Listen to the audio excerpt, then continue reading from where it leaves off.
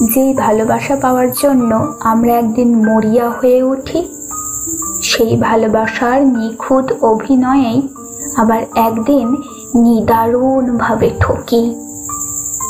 আমাদের পাওয়ার জন্য একদিন যারা যা খুশি করে ফেলতে পারত, সেই তারাই আজ আবার ছেড়ে যাওয়ার জন্য অজুহাতের ডালা খুলে বসল। সত্যিকারে ভালোবাসা বলতে এখন আর কিছু নেই বললেই চলে। ভালোবাসার নামে এখন যা চলে তার অর্ধেকটাই নোংরামি, আর বাকি অর্ধেকটা স্বার্থপরতা।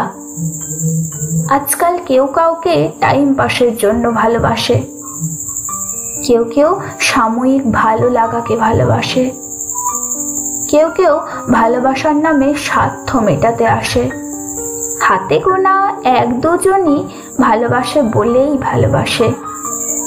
আজকালকার ভালোবাসা মানেই নোংরামি আর স্বার্থপরতা।